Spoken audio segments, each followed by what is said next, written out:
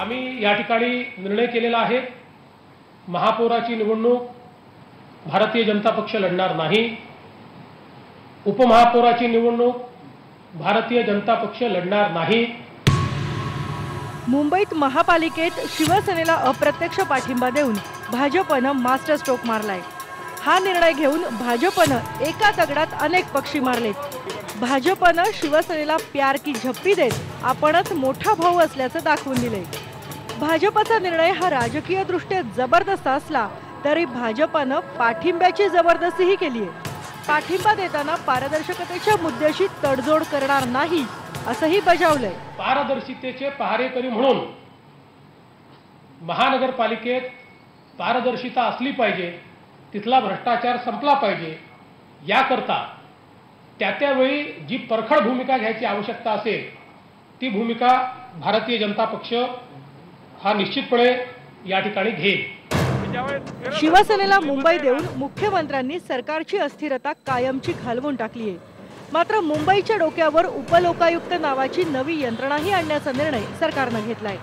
एक उपलोकायुक्त आम्ही नेमणार आहोत आणि माननीय लोकायुक्तांनाही विनंती करणार आहोत की त्यांना मुंबईचं ज्युरिस्डिक्शन द्यावं आणि त्या माध्यमातून पारदर्शितेकरता अधिक चांगली संस्थात्मक व्यवस्था ही उभी करायचा निर्णय हा या ठिकाणी आम्ही घेतलेला आहे। सरकारमध्ये राहून सरकारला विरोध करायचा ही भूमिका शिवसेनेनं घेतली होती। तीच भूमिका आता भाजप मुंबई महापालिकेत वठवणार हे नक्की। मुंबईतली सत्तेची पदं भाजपकडे राहणार नसली तरी शिवसेनेसाठी आशिष शेलार, किरीट सोमय्या हे मात्र कायमची डोकेदुखी ठरणार हेही निश्चित। प्राजक्ता पोळसह bureau report, IBN Lokmat, Mumbai. मुख्यमंत्री पत्रकार परिषदेमध्ये नेमके कोणकोणत्या मुद्द्यावर बोलले त्या एक मुद्द्यावरती आपण त्या मुद्द्याचं विश्लेषण IBN लोकमतचे कार्यकारी संपादक महेश म्हात्रे सरांकडून करणार आहोत। ते आता आपल्यासोबत स्टुडिओत आहेत। पहिला मुद्दा आपण ऐकणार आहोत या पत्रकार परिषदेतला महापौर पदाच्या निवडणुकीबद्दलचा। आम्ही या ठिकाणी निर्णय केलेला आहे, महापौराची निवडणूक भारतीय जनता पक्ष लढणार नाही। उपमहापौराची निवडणूक भारतीय जनता पक्ष लढणार नाही। आपल्याला माहिती आहे की स्थायी समितीमध्ये ज्या जागा आहेत त्या जागा पर्सेंटेज अनुसार प्रत्येक पक्षाचे किती नगरसेवक आहेत त्याच्या आधारावर जागांच्या प्रमाणात त्या जागा मिळतात। त्या प्रमाणामध्ये भाजपलाही 10 जागा मिळतील आणि शिवसेनेलाही 10 जागा मिळतील। समसमान जागा मिळाल्या तरीही स्थायी समिती अध्यक्षाची निवडणूकही भारतीय जनता पार्टी लढणार नाही। सुधार समितीतही भाजपला आणि सेनेला सारख्या जागा मिळतील, दोघांचे तेवढेच लोक नॉमिनेट होतील। त्याच्याही अध्यक्षपदाची निवडणूक भारतीय जनता पक्ष लढणार नाही। शिक्षण समितीतही सारख्या जागा आमच्या नॉमिनेट होतील, तरीही त्याच्याही अध्यक्षपदाची निवडणूक भारतीय जनता पक्ष लढणार नाही। BST मध्ये देखील भारतीय जनता पक्ष त्या ठिकाणी निवडणूक लढणार नाही।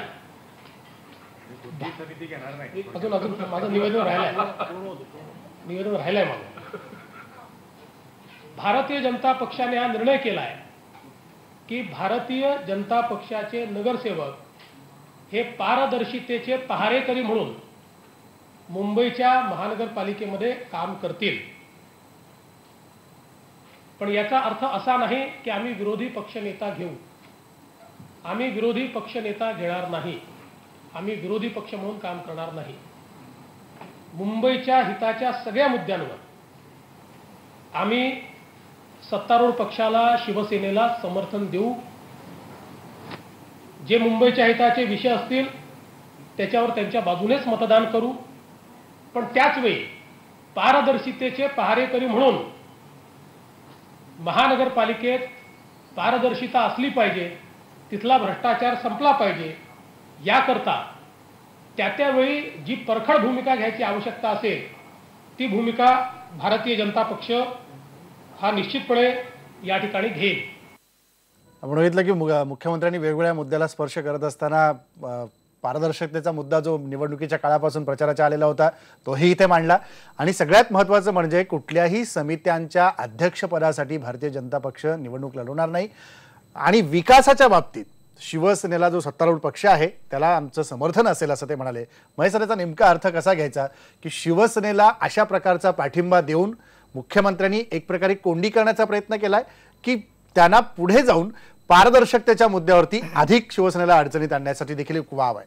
नाही, राजकारण ज्या पद्धतीने वेगाने जात होतं राजेंद्र, ते आपण गेल्या 15 दिवसातला हा सगळा वेगवान प्रवास बघितलेला आहे. आणि याच्यामध्ये मुख्यमंत्री देवेंद्र फडणवीस यांनी ज्या पद्धतीने आताचा हा शेवटचा निर्णय त्यांनी जाहीर केला आणि यामुळे या निवडणुकीच्या मुंबई महानगरपालिकेतील महापौर पदाच्या निवडणुकीच्या निमित्ताने जे एक राजकीय अस्थैर्याचं वातावरण पूर्ण राज्यभरात निर्माण झाले होतं ते एका क्षणामध्ये त्यांनी संपवलेलं आहे. एका अर्थाने हा राजेंद्र, तुम्ही जसं म्हणालात की हा मास्टर स्ट्रोक आहे देवेंद्र फडणवीस यांचा, तर तो तशा अर्थाने जर बघितलं तर तो मास्टर स्ट्रोक आहे.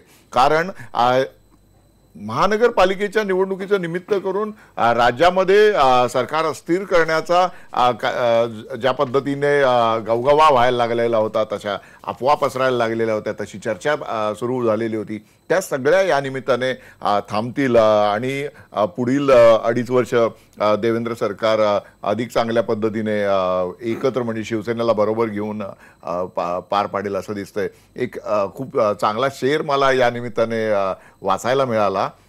यू किस तरह कटेगा कड़ी धूप का सफर, सर पर खयाले यार की चादर ही ले चले. मुख्यमंत्री देवेंद्र फडणवीस यांनी खयाले यार सोबत घेऊन ज्या पद्धतीने आपली पुढची जी अडचण आहे ती सगळी थांबवलेली आहे. हे खूप इंटरेस्टिंग आहे. हे पुढचं राजकारण यात कसं आकारास येईल ते पाहणं खूप मनोरंजक ठरणार आहे. राजेंद्र, यात मुख्यमंत्र्यांनी जी एक वेगळी भूमिका घेतलेली आहे त्यात त्यांनी स्पष्ट सांगितलं की आम्ही ना विरोधी पक्षामध्ये बसणार ना आम्ही सत्तेमध्ये बसणार, आम्ही फक्त पारदर्शी कारभाराचे पहारेकरी असणार आहोत. मुंबईकरांना स्वच्छ आणि पारदर्शी कारभार शिवसेनेच्या माध्यमातून दिला जावा यासाठी आम्ही तिथे पहारेकरी बसणार आहोत. म्हणजे बघा, आपल्याला प्रत्यक्ष सत्तेमध्ये आपण जाणार नाहीत हे मुख्यमंत्र्यांनी जेव्हा जाहीर केलं आणि विरोधी पक्षात सुद्धा बसणार नाही हे जेव्हा जाहीर केलं त्यावेळेस मुंबई महानगरपालिकेमध्ये घटनात्मक पेच सुद्धा निर्माण होऊ शकतो. कारण सत्तारूढ पक्षापेक्षा क्रमांक 2चा जो पक्ष असतो त्याच्याकडे नैसर्गिक पद्धतीने विरोधी पक्षनेतेपद गेलं पाहिजे. एक तर त्यांनी आम्ही सत्तारूढ पक्षाला साथ देतो आहे हे त्यांना एकतर मतदानाने सिद्ध करावं लागेल किंवा अन्य पद्धतीने त्यांना सिद्ध करावं लागेल. हे कुठल्याच निवडणुका लढवणार नाही, स्थायी समितीमध्ये बसणार नाहीत आणि विरोधी पक्षात सुद्धा बसणार नाही. यामुळे मुंबई महापालिकेमध्ये घटनात्मक पेच निर्माण होऊ शकतो. राजेंद्र, फक्त आता याच्यात आपण तज्ञ काय म्हणतात ते सुद्धा आपण विचारून घेऊया. पण मुख्यमंत्र्यांनी एकीकडे पाठिंबा देत असताना अनेक तिढे सुद्धा, अनेक कूट प्रश्न समोर टाकलेले आहेत. हे जाळं जे कूट प्रश्नांचं आहे हे शिवसेना कशा पद्धतीने सोडवेल, कारण एक फार महत्वाची गोम या सगळ्या निवडणुकीनंतर निर्माण झालेली आहे. ही सर्वसामान्य नागरिकांना माहिती असण्याचं कारण नाही, पण ती गोम आपण इथे समजून घेऊया. ती अशी आहे की आता जेवढे नगरसेवक निवडून आलेले आहेत त्यापैकी शिवसेनेकडे त्यांच्या नगरसेवकांच्या संख्येपैकी 50हून अधिक नगरसेवक म्हणजे 84 पैकी जवळपास फक्त 23 नगरसेवक हे पुन्हा नव्याने निवडून आलेले दिसत आहेत. त्यामुळे हे जे अननुभवी नगरसेवक आहेत यांना जर कारभार करायचा असेल आणि ते तिकडे कारभार करतायत आणि दुसरीकडे भाजपचे पहारेकरी उभे आहेत तर त्यामध्ये जो गोंधळ निर्माण होणार आहे तो गोंधळ राजेंद्र अभूतपूर्व असेल. त्यात फक्त मुंबईकरांची कामं रखडू नयेत एवढीच अपेक्षा. आता भाजप म्हणते आम्ही पहारेकरी राहू आणि ही कामं मार्गी लावण्यासाठी कसा मदत करता येईल, विकास कामाला प्राधान्य देताना कसं साथ देता येईल सत्तारूढ पक्षाला ते आम्ही विचार करू असं मुख्यमंत्री म्हणतात. मात्र या सगळ्या पार्श्वभूमीवरती लोकायुक्त मुंबई महापालिकेत आहेच, पण आता एक उपलोकायुक्त त्यांना नेमण्याची विनंती सरकारकडून केली जाणार आहे. ती केवळ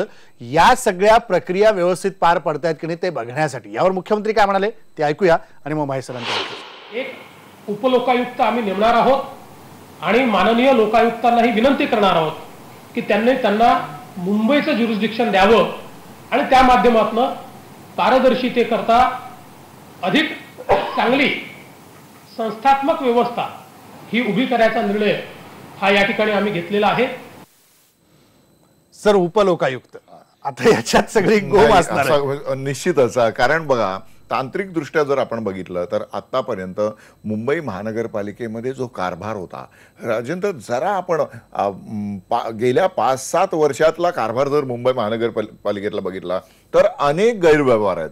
उघडकीस आलेले घोटाळे ज्या कंत्राटदारांच्या नावावर होते त्यांना ब्लॅकलिस्टेड करण्यात आलं, तरी सुद्धा त्यांना नव्याने ठेके देण्यात आले.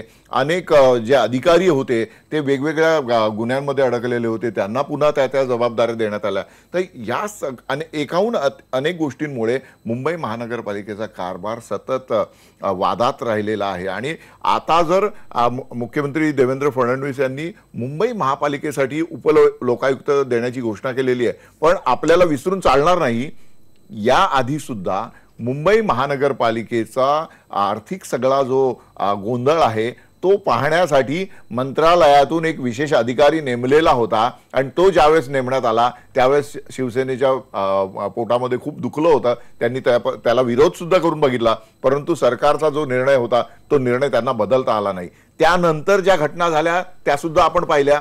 त्यामुळे अनेक मुंबई महानगरपालिकेतले जे घोटाळे होते ते घोटाळे उघडकीस आले, त्याची चर्चा मोठ्या प्रमाणात झाली. आणि या सगळ्या गोष्टी मुख्यमंत्री देवेंद्र फडणवीस असतील, किरीट सोमय्या असतील, आशिष शेलार असतील, या सगळ्यांनी आपल्या भाषणातून वारंवार सांगितल्या, मुंबईकरांना सांगितल्या. आता त्याची दखल अन्य कोणी घेण्यापेक्षा शिवसेनेने जर घेतली तर उपायुक्तांना काम उरणार नाही. मात्र आता शिवसेनेबद्दल देखील मुख्यमंत्री काय म्हणाले हे देखील आपल्याला पाहायचं आहे आणि हे विश्लेषण आपण ऐकणार आहोत. एक छोटासा ब्रेक घेऊ आणि ब्रेक नंतर आपण या सगळ्या मुख्यमंत्र्यांच्या मुद्द्यांसह भेटू.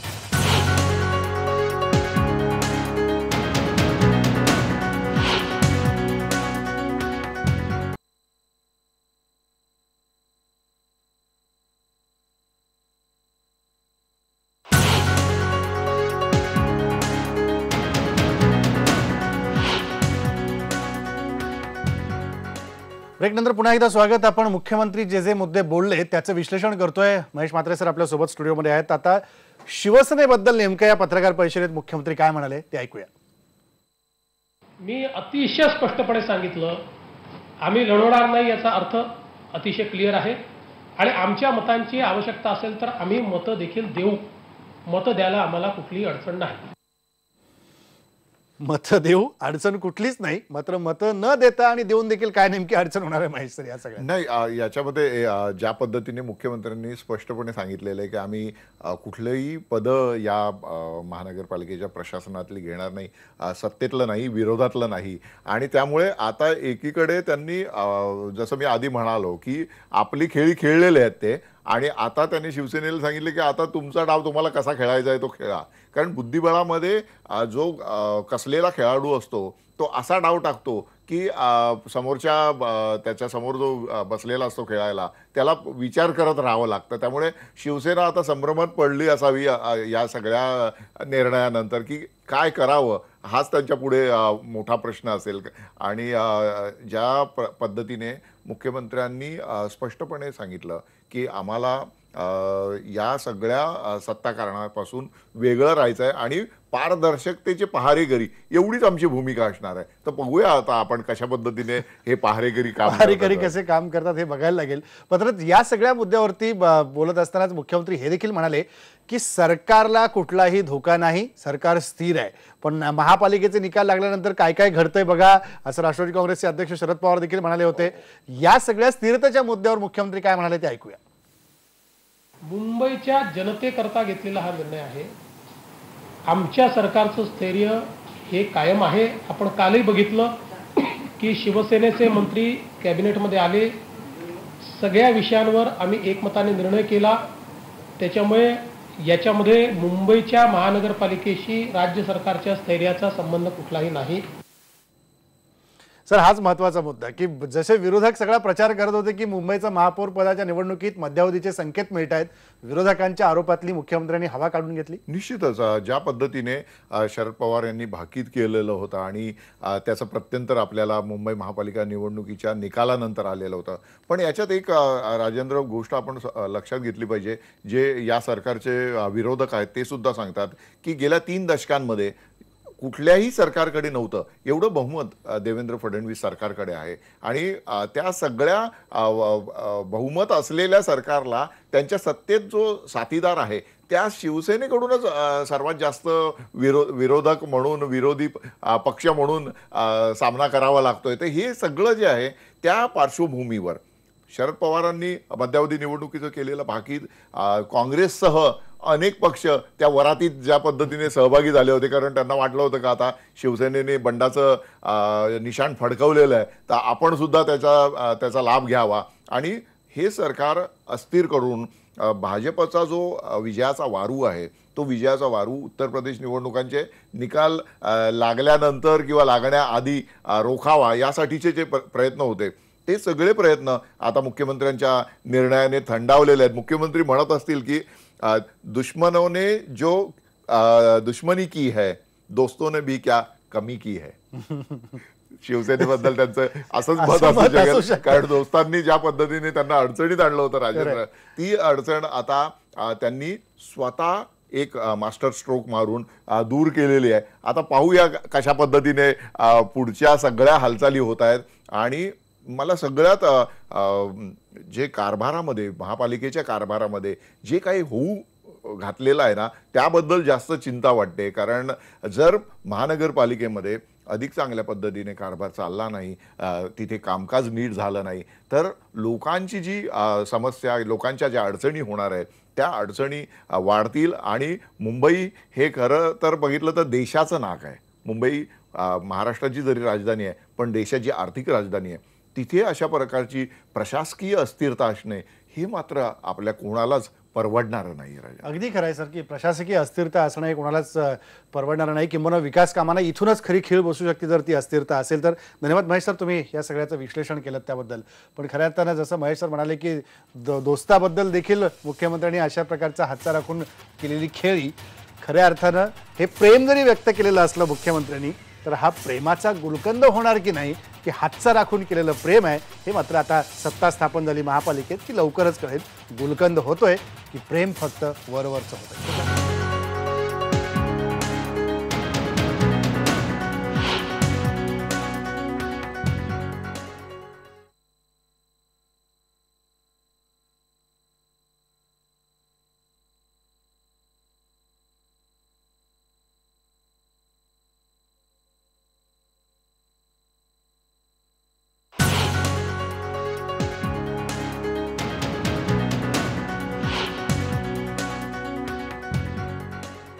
आपण बघतोय की राज्य सरकारच्या स्थैर्याशी मुंबई महापौर पदाच्या निवडणुकीचा काहीही संबंध नाही असं मुख्यमंत्री म्हणतात. आपल्यासोबत अनिल परब देखील आहेत, शिवसेनेचे नेते, आणि सुनील तटकरे राष्ट्रवादी काँग्रेसचे प्रदेश अध्यक्ष हे देखील फोन लाईनवरती आहेत. त्याचबरोबर स्टुडिओमध्ये महेश म्हात्रे सर आहेत, आयबीएन लोकमतचे कार्यकारी संपादक विनोद राऊत आमचा प्रतिनिधी आपल्यासोबत आहे, आणि प्राजक्ता पौळ देखील आपल्यासोबत आहे.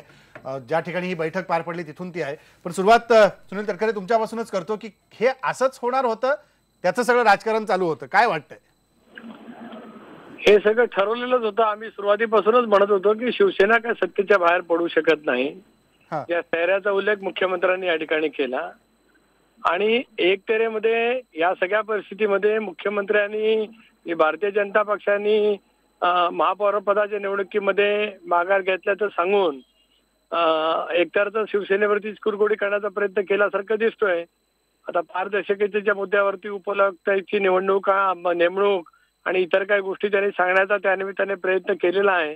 कारण सत्ता ही अशी आहे की ती परस्परांना सोडता येऊ शकत नाही, आणि त्याच्यामुळे हे सुरुवातीपासूनच या पद्धतीचं होईल असं भाकीत मी सारखं सततच करत त्यानिमित्ताने आलो होतो. पण बरेच दिवस असं म्हणत होते तटकरे साहेब की हनीमून पिरियड संपलाय आता सेना भाजपचा, तर काय संपलाय की सुरूच आहे? आता नव्याने सुरू झाला सेकंड.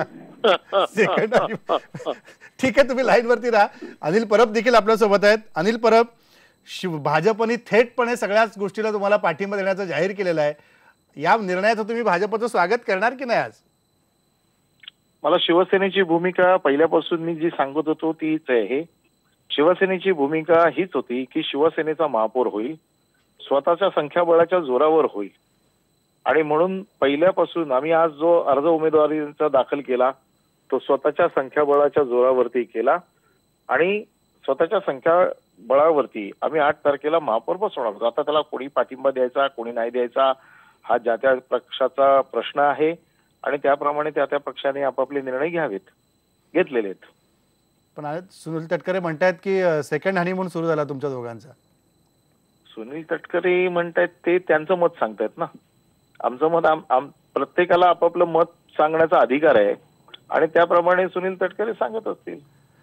अनिल परब, ज्या पद्धतीने शिवसेना आणि भाजप यांच्यामध्ये युद्ध रंगलेलं होतं निवडणुकीच्या दरम्यान आणि निवडणुकीच्या नंतरच्या काळात सुद्धा, आता काय तुमचे संबंध कसे असणार आहेत?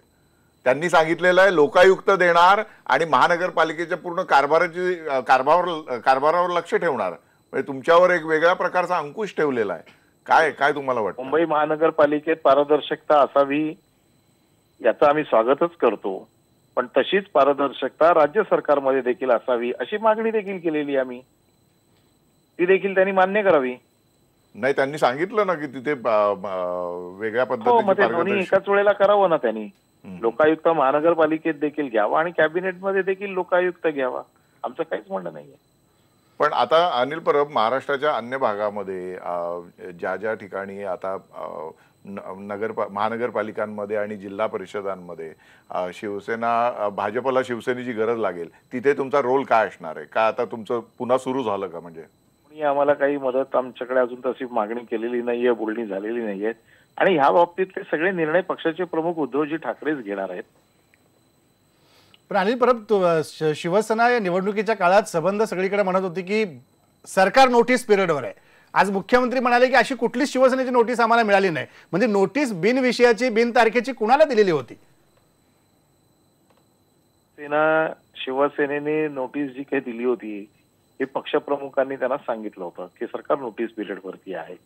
आता ही नोटीस कधी संपवायची किंवा काय? तोंडी नोटीस दिली होती. नाही, आता ही जी काही नोटीस दिली आहे ही मला वाटत नाही की तुम्हाला दाखवून द्यायला पाहिजे. मुद्दा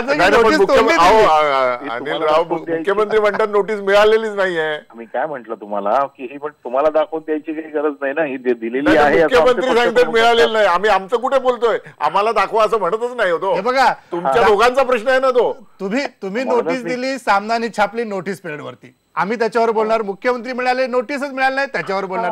आता तुम्ही दाखवून हा मुद्दा आहे ना. पारदर्शकता राहिली पाहिजे की नाही? नोटीस पारदर्शक होती का तुमची? आमचं आजही म्हणणं आहे की आम्ही नोटीस दिली असं सामनाने म्हटलेलं आहे. बरोबर आहे. आता जी त्यांना मिळालेली नाही हे त्यांना विचारावं लागेल तुम्हाला की तुम्ही असं का म्हणताय. आम्ही आजही सांगतो की दिली होती, त्यांनी ते म्हणतात मिळाली नाहीये. त्याच्यामध्ये तपास करावा लागेल की दिलेली नोटीस त्यांना का नाही मिळाली असं ते म्हणतायत.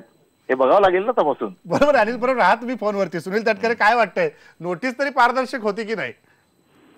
आता असं आहे, आता अनिल परबजी जे म्हणतात आम्ही तेच म्हटलं की बा राजाबे खिशात आहेत. आता तो भाग संपला. एक असा आहे की ज्या पद्धतीने आता या ठिकाणी विश्लेषण अनिल परब साहेब करतायत, ठीक आहे, त्यांची जी भूमिका आहे त्यांना, पण शेवटी असं आहे की कारभाराच्या वरती वेसन घालण्याचा प्रयत्न त्या ठिकाणी भारतीय जनता पक्षाने निश्चितपणाने केलेला पाहायला दिसू शकतो. आता मुंबई महापालिकेमध्ये ते उप लोकायुक्त नेमू शकतात, पण मंत्रिमंडळाच्या बैठकीमध्ये लोकायुक्तांना बसण्याची परवानगी किंवा पत्रकारांना बसण्याची परवानगी किंवा इतर विरोधी पक्षांना बसण्याची परवानगी हा घटनेमध्ये कधी नाहीच ना. गोपनीयतेची शपथ होऊन ज्या वेळेला बैठक चालू असते त्याला इतरांचा त्याच्यामध्ये समावेश असता हा कधी भाग घेऊ शकतच नाही. पण आता परस्परांच्या विधानाला काहीतरी छेद देण्याचा दृष्टिकोनातून जे काय बोलण्याचा प्रयत्न करत असतो तो प्रयत्न केला जातो. यापेक्षा दुसरं काही नाही. महिनाभर आपण महाभारत पाहिलं, मनोरंजन झालं. आता बघूया पुढे काय काय होतं ते. आता खरी नोटीस दिली का नव्हती हे म्हणतायत, ते नाही मिळाली म्हणतायत. आता मग जर काय दिलेली होती तर मिळाली नाही असं ते म्हणत असतील तर मग दिल्ली असतील तर काय करणार आहे ते, हे उद्या परवा स्पष्ट होईलच ना. तटकरेजी याच याच्यावर मला तुम्हाला प्रश्न विचारावा वाटतो की ज्या पद्धतीने आता ज्या महानगरपालिका आणि जिल्हा परिषदेच्या निवडणुका झाल्या याच्यामध्ये शिवसेना आणि भाजप याच्यामध्ये जे घमासान युद्ध झालं त्यात राष्ट्रवादी आणि काँग्रेस दोन्ही बाजूला पडून गेले हो. आता काय तुम्ही कसं करणार? आता ते पुन्हा त्यांची जवळीक सुरू झालेली आहे. तुमची स्थिती काय असणार आहे? विरोधी पक्ष म्हणून काँग्रेस आणि राष्ट्रवादीला उभं राहण्यासाठी काय केलं पाहिजे? म्हणजे आत्मचिंतन वगैरे तुमच्यात करतात का काय तसं? बाकी राज्यामध्ये जर का आपण पाहिलं तर आम्हाला सुद्धा जवळपास 23% मतदान लोकांनी केलेलं आहे. भाजपाला 24% आणि काहीतरी पॉईंट झालेला आहे. शिवसेना तर 3ऱ्या क्रमांकावरती 4थ्या क्रमांकावरती जिल्हा परिषदेमध्ये आहे. आम्हाला महाराष्ट्रातल्या जनतेने जी पूर्णपणाचा स्पष्ट कौल दिला. जिल्हा परिषदेमध्ये सुद्धा आमच्या जागा लक्षणीय आल्या. एवढं दोन्ही बाजूंनी सत्तेचा वापर केला जात असताना महानगरपालिकेमध्ये सुद्धा आम्ही मुंबई बघायला चांगली कामगिरी नक्की दाखवली. मुंबईत सुद्धा आमच्या अजिबातच जागा येणार नाहीत, 1-2 जागा येतील असं म्हटलं गेलं, पण आम्ही जवळपास 7 जागांच्या आसपास त्या ठिकाणी 9 जागांच्या आसपास पोहोचलो.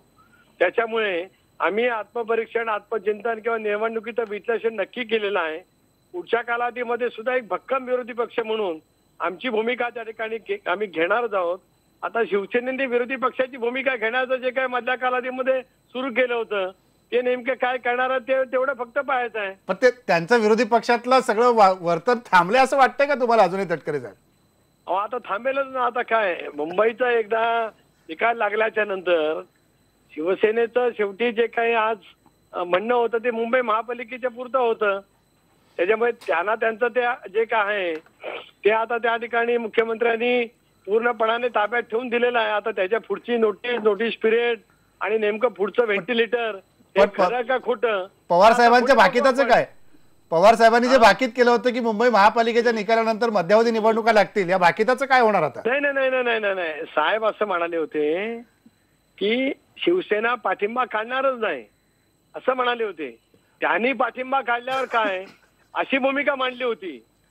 नाही मध्यावधी ऐका तटकरेजी, मध्यावधी निवडणुकाचं भाकीत पवार साहेबांनी केल्यानंतर मोठ्या प्रमाणात गेल्या आठवड्यामध्ये त्या विषयाची चर्चा होती आणि आता मुख्यमंत्री देवेंद्र फडणवीस यांनी सुद्धा आवर्जून एक गोष्ट सांगितली ती म्हणजे राज्य सरकार स्थिर आहे. तर हे सांगण्याची वेळ काय येते? अहो राज्य सरकार स्थिर आहे असा मी काय म्हटलं की सर्वात संख्याबळाचं 30 वर्षातलं हे सरकार आहे 190चं. बरोबर. पण त्याचबरोबर ती दिशाहीन असलेलं सरकार आहे. कॉलिशन गव्हर्नमेंट मधला किती परस्परांच्या बद्दल विसंगती असते, 190चं संख्याबळ 80च्या नंतर कधी कुठल्या सरकारला नव्हतं, ते या सरकारला आहे. पण तरी सुद्धा सरकारचं काम होत नाही. आचारसंहिता असताना शिवसेनेचे मंत्री म्हणतात की शेतकऱ्यांना कर्जमाफी दिली पाहिजे. आम्ही घसा फोडून सांगत होतो शेतकऱ्यांना कर्जमाफी दिली गेली पाहिजे. त्यावेळेला शेतकरी नेमके काय करत होते याची उत्तर द्यावीच लागतील.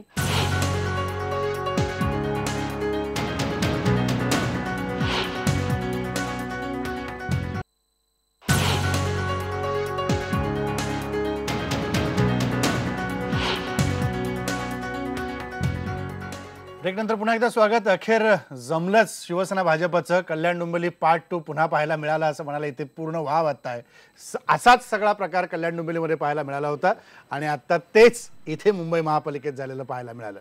महेश सर काय म्हणाल? आपण पहिल्या दिवसापासून ही गोष्ट IBN लोकमतवर सातत्याने मांडत आलेलो होतो की ज्या पद्धतीने कल्याण डोंबिवली महानगरपालिकेमध्ये शिवसेना आणि भाजप यांनी घमासान युद्ध खेळलं, ज्या पद्धतीने त्यांनी एकमेकांचे वाभाडे काढले आणि निवडणूक संपल्यानंतर हे दोन्ही पक्ष एकत्र बसले, तीच पद्धत या निवडणुकीदरम्यान अवलंबली जाईल. आणि शिवसेना आणि भाजप हे जरी एकमेकांविरुद्ध लढत असले, आपण राजेंद्र लुटूपुटीची लढाई हे तुमचा शब्द मला आठवतो की ही लुटूपुटीची लढाई आपण सतत म्हणत होतो आणि ती तू मारल्यासारखं कर मी रडल्यासारखं करतो अशा पद्धतीने करून जास्तीत जास्त जागा पदरात पाडून घ्यायचा फॉर्म्युला हा दोन्ही पक्षांनी राबवलेला होता.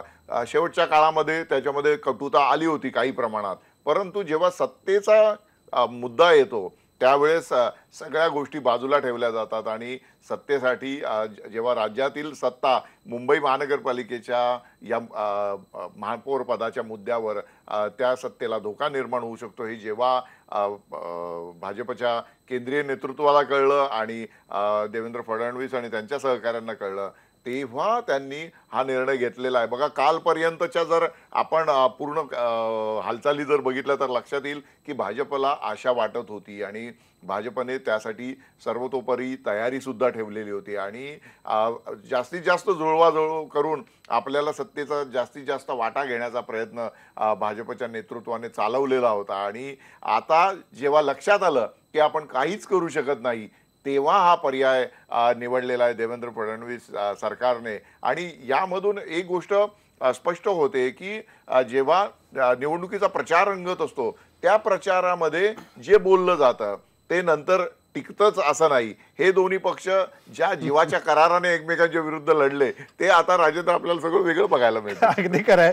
प्रणाली, काय सांगशील की ज्या प्रकारे प्रचारातली रणधुमाळी, एकमेकावरचे आरोप प्रत्यारोप, कौरवापासून पांडवापर्यंत सगळ्या गोष्टी समोर आल्या, पण आता महापालिकेमध्ये महाभारत काही घडणार नाही आहे असं सगळं चालत राहील असं दिसतंय. खरं तर राजेंद्र, महानगरपालिकेमध्ये थोड्याशा वेगळ्या प्रतिक्रिया उमटत आहेत. महानगरपालिकेमध्ये असं म्हटलं जात आहे की पुन्हा एकदा म्हणजे महाराष्ट्रामध्ये साठलोट करण्याची पद्धत आहे, त्याच साठलोटाचा प्रकार जो आहे तो आता मुंबई महानगरपालिकेत आणि राज्य सरकारमध्ये झालेला आहे. म्हणजे कुठेतरी राज्य सरकारमध्ये जेव्हा जेव्हा शिवसेनेची लोक विरोध करतील तेव्हा तेव्हा त्याचे पडसाद आपल्याला मुंबई महानगरपालिकेमध्ये दिसून येतील. जेव्हा मुंबई महानगरपालिकेमध्ये एखादा प्रस्ताव संमत करायचा वेळ येईल त्यावेळेला भाजपची जे काही सदस्य असतील ते तिथे कुठे ना कुठे वेगवेगळे मुद्दे काढून विरोध करतील आणि जोपर्यंत त्यांचं समाधान होत नाही किंवा जोपर्यंत त्यांना योग्य वाटत नाही तोपर्यंत समर्थन देणार नाही. म्हणजे काय तर एकीकडे जर तू माझ्या मुलीला चांगल्या पद्धतीनं नांदवत नसेल तर मी तुझ्याही मुलीला चांगल्या पद्धतीनं नांदवणार नाही असा प्रकार जो साठलोटामध्ये होतो तोच प्रकार या निर्णयानं होईल असं दिसतंय. कुठल्याही पदाचा लोभ आम्हाला नाही, कुठलंही पद आम्ही घेणार नाही असं जरी भाजप म्हणत असली तरी गरज पडेल तिथं समर्थन देऊ, पण जिथं आम्हाला वाटेल की चुकीचं होत आहे तिथं आम्ही समर्थन देणार नाही. हे जे आजपर्यंत शिवसेना म्हणत आली आहे तीच गोष्ट आता भाजप मुंबई महानगरपालिकेमध्ये शिवसेनेला म्हणणार आहे. त्यामुळे आज जरी आपल्याला वाटत असलं की याच्या पुढे कदाचित हे घमासान आपल्याला दिसणार नाही, पण कदाचित उद्याचपासून म्हणजे महापौर निवडीची ज्यावेळेला प्रक्रिया होईल त्या प्रक्रियेमध्ये भाजप मतदान करणार का मतदान नाही करणार हा प्रश्न सुद्धा अनुत्तरित आहे. तटस्थ राहतील का? नाही, पण त्याच्यामध्ये प्रणाली त्याच्यामध्ये मुख्यमंत्री म्हणाले की मतदान करण्याची जेव्हा वेळ येईल तेव्हा भाजप शिवसेनेलाच मतदान करेल, इतर कोणालाही करणार नाही. त्यामुळे ही गोष्ट आता पूर्णपणे स्पष्ट झालेली आहे की भाजप शिवसेना एकमेकांना सोडून जाणार नाही. निकालाच्या दिवशी देखील आपण म्हणालो होतो हे सयामी जुळे आहेत, एकमेकांपासून दूर होणार नाही, तशीच परिस्थिती आता आलेली दिसते. तर फार मोठं पण ते ऑपरेशन करायला कोणी धजावत नाहीये, त्यामुळे हे सयामी जुळे असेच राहतील. विनोद, काय सांगशील की सगळ्यात पहिला मुख्यमंत्रीच्या पत्रकार परिषदेच्या आधी तू ही बातमी IBN लोकमतला दिली, ब्रेकिंग आपण सगळ्यात पहिली केली आणि त्यानंतर मुख्यमंत्री काही क्षणातच म्हणाले की मुंबईला महापौर पदाचा उमेदवार आम्ही देणार नाही. काय गणित होती सगळी, काय पडद्यामागे हालचाली चालू होत्या? राजेंद्र, जरी मुख्यमंत्री बोलले की आम्ही आता एकतर्फी पाठिंबा भाजपला द्यावा लागला, आपण असं म्हणू शकतो हा मास्टर स्ट्रोक आहे. मात्र ही मुन्नाबाईच्या भाषेत जर सांगायची झाली ती प्यार की झप्पी आहे, पण ही जादूची झप्पी जबरदस्तीने दिलेली झप्पी म्हणता येईल. म्हणजे जर पडद्यामागच्या जर हालचाली बघितल्या तर भाजप आणि सेनेचे मतमोजणीनंतर दोघेही जण आपलाच महापौर बसेल या पद्धतीची भाषा होती. अगदी काल परवा सुद्धा गीता गवळी ज्या मातोश्रीला पोहोचल्या होत्या, सेना भवनला पोहोचल्या होत्या पाठिंबा देण्यासाठी, आपण एक लक्षात घेतलं पाहिजे की गीता गवळी या गेल्या कित्येक वर्षापासून सेनेसोबत बसत आहेत. यावेळी जेव्हा गीता गवळी सेना भवनमध्ये गेला तेव्हा त्यांना अचानक कॉल आला. तो कॉल वर्षावर नव्हता आणि त्यांना तिकडे परत जावं लागलं. म्हणजे आपण आपल्या भाषेत म्हटलं की ती जी बोलणी होती पिसकटली, पण मात्र तो दबाव होता एक प्रकारे. जर भाजपला ह्या सगळ्या जे आज मुख्यमंत्र्यांनी सांगितलं तेच जर करायचं होतं तर मग एक मत सोबत घेऊन, एक नगरसेवक घेऊन काय साधलं हे कळत नाही. आणि दुसरी गोष्ट म्हणजे या सगळ्या याच्यावर भाजपमध्येच दोन मतांतरे होते.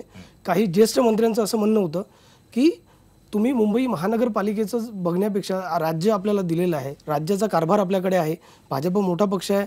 जर आपण 10 महापालिकेची गोष्ट केली तर 8 महापालिकेमध्ये भाजपला बहुमत दिलेलं आहे, तर भाजपला सत्ता दिलेली आहे. त्यामुळे तुम्ही मुंबईत जर शिवसेनेचा जीव जर मुंबईत असेल तर तुम्ही तिथे तुम्ही हे करू नका, तिथे तडजोड करा, उर्वरित राज्य आपलं आहे. मात्र भाजपमध्ये अशी पण एक वेगळी टोळी होती मुंबईचे, त्यामध्ये मुंबईचे काही युवा नेते होते जे नेहमीच कायम बोलत होते की नाही आपलाच महापौर बसला पाहिजे.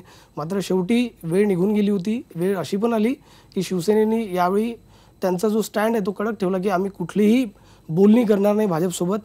त्यामुळे जेव्हा शिवसेना नरमत नव्हती, नरमाईवर नाही आली, तेव्हा काल अचानक या सगळ्या हालचालीला वेग आला. सुधीर मुनगंटीवार, चंद्रकांत दादा पाटील ते विनोद तावडे या सगळ्यांच्या सर्व मिटिंग मुख्यमंत्र्यांनी कॅन्सल करायला सांगितल्या, रद्द करायला सांगितल्या.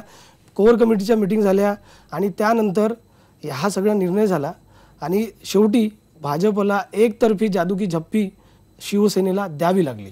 एकतर्फी जादू की झप्पी द्यावी लागली. डॉक्टर राजू वाघमारे काय म्हणाल? मुख्यमंत्री या सगळ्यावरती निर्णय घेऊन पूर्णपणे पाणीच त्यांनी फेरून टाकलं असं म्हणाले ते व्हावं आहे. आता पुन्हा तुम्हाला महापौर पदाच्या शर्यतीतून विरोधी पक्षनेते पदावरती येऊन थांबावं लागतंय. नाही राजेंद्रजी, मी सुरुवातीपासून आम्ही या बाबतीत सांगत होतो की ही मॅच फिक्सिंग आहे आणि मी त्या दिवशी आपल्याच चॅनलवर बोललो की ज्या मुंबईच्या मतदारांनी बीजेपीला मतदान केलं ते मतदान बीजेपीला पूर्णपणे सत्तेत येण्यासाठी केलं होतं आणि ते मतदान शिवसेनेच्या विरोधात केलं होतं, ते मतदान काँग्रेसच्या विरोधात केलं होतं की बीजेपीची सत्ता येईल.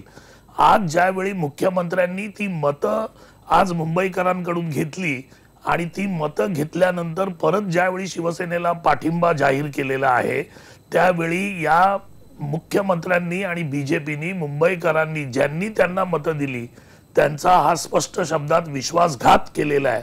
आणि मगाशी जसं आपण म्हणालात की मी त्यांना नाव दिलेलं आहे गोलमाल, तर गोलमाल 1 विधानसभेमध्ये झाला, विधानसभेच्या इलेक्शनमध्ये. गोलमाल पार्ट 2 हा कल्याण डोंबिवलीला झाला आणि आता गोलमाल पार्ट 3 हा मुंबई महानगरपालिकेच्या आता या महापौर पदाच्या इलेक्शनमध्ये केला.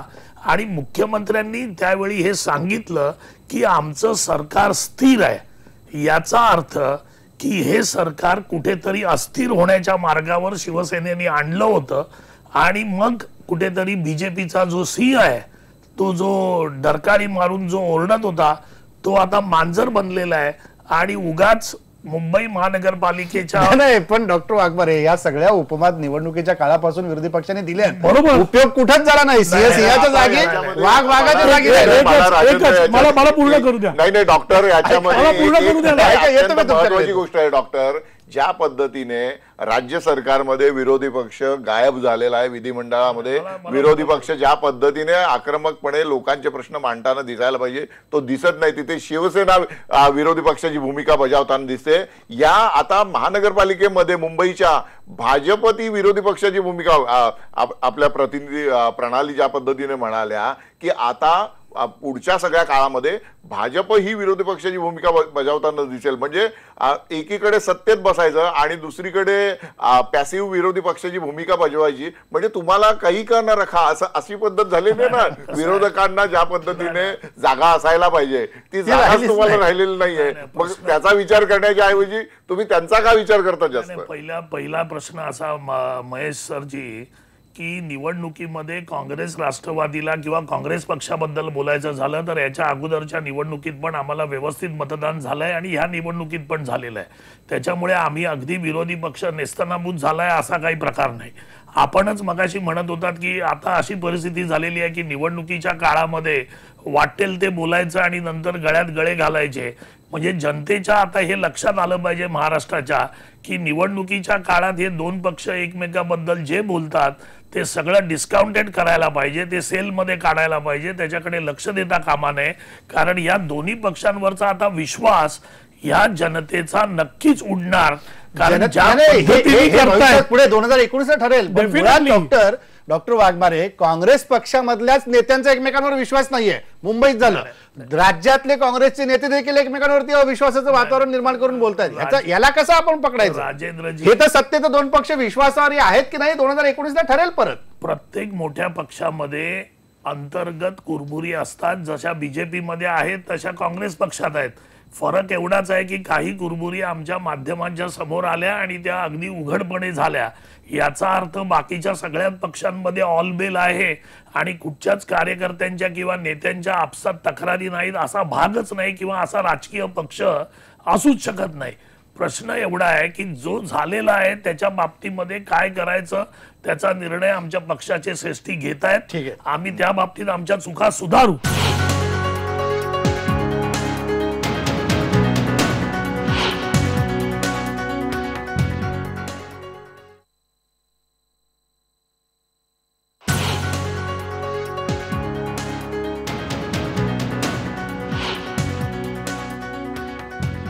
शेवटचे 2 मिनिटात महेश सर, विनोद आणि डॉक्टर वाघमारे आपल्यासोबत आहेत. अगदी थोडक्यात की जुळलं असं म्हणायचं की हे असंच जुळलेलं असेल आणि मारामारी सुरू राहील? महेश सर. नाही, बघा ज्या पद्धतीने शिवसेना आणि भाजपने याच्या आधी भूमिका ठरवलेल्या होत्या, विशेषतः कल्याण डोंबिवली महानगरपालिकेच्या निवडणुकीत दरम्यान आणि त्यानंतर जे झालं तेच होईल असं आपण सातत्याने आपल्या कार्यक्रमांमधून आपल्या मुलाखतींमधून सुद्धा तेच प्रश्न मुख्यमंत्र्यांना विचारलं गेले, तोच प्रश्न उद्धव ठाकरेंना विचारण्यात आला होता.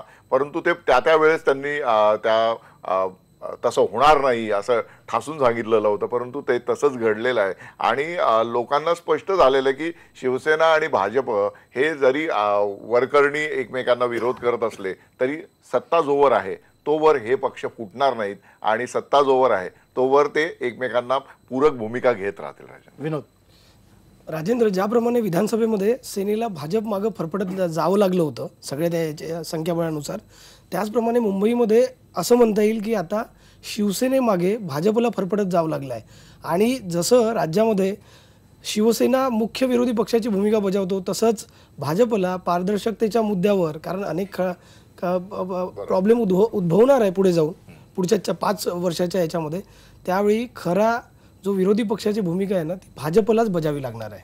भाजपला सत्तेत राहून प्रमुख पक्ष राहून विरोधी पक्षाची भूमिका बजावावी लागेल असं वाटतंय. डॉक्टर वाघमारे, अगदी थोडक्यात. नाही, मला तरी असं वाटतं की आता जनतेच्या लक्षात आलंय की यांनी विरोधी पक्षाची भूमिका म्हणून कितीही बोलायचा प्रयत्न केला तरी आतून हे दोघे जण एकमेकाला मिळालेले आहेत हे याच्यातून आता परत एकदा सिद्ध झालेलं आहे. आणि जरी हे किती सोपं वाटत असेल तरी राज्यातली सत्तेचा अस्थिरतेचा जो उद्धव ठाकरेंनी जो पायंडा किंवा जी सुरुवात करायचं सुतोवाच केलं होतं त्याला कुठेतरी बीजेपी घाबरली आणि सत्तेसाठी वाटेल ते हा जो प्रयोग या दोन्ही पक्षांमध्ये आहे त्या प्रयोगासाठी या दोन्ही पक्ष एकत्र आलेले आहेत. म्हणजे जे आता शिवसेना जे बाहेर म्हणजे मगरीचे अश्रू गाळत होती की राज्यातल्या कारभाराबद्दल, आता तेच मगरीचे अश्रू ही बीजेपी आता महानगरपालिकेच्या कारभाराबद्दल काढणार आहे. आणि हा जो खेळ आहे हा जनतेच्या लक्षात आलाय की हे जेवढं बडबडतात आणि जेवढं बोलतात याच्यामध्ये खरी आत्मीयता आणि खरापणा काही नाही, फक्त सत्ता हवी आहे. आणि सत्तेसाठी परत आज 2 पक्ष एकत्र येऊन यांनी महाराष्ट्राचा आणि मुंबईचा विश्वासघात केलेला आहे. ठीक आहे, धन्यवाद सगळ्या पाहुण्यांचे. आपण या सगळ्या संदर्भात बघितलं की मुंबईच्या महापौर पदावरती आता पूर्णपणे पडदा पडलाय. भाजपने या सगळ्या स्पर्धेतनं माघार घेतलेली आहे. पण एका बाजूला शिवसेनेला पाठिंबा देऊन उपलोकायुक्त नेमून भाजप पारदर्शकतेचा मुद्दा ठासून ठेवणार का, हा खरा मुद्दा आहे. जसं मगाशी मी म्हणालो की हे सयामी जुळे आहेत, वेगळे होणार नाहीत, पण मारामाऱ्या करत बसण्यापेक्षा सयामी जुळेच्या भूमिकेतून यांना संयमी जुळे होणं हे अधिक बरं राहणार आहे. तसं थांबू पाहता येईल.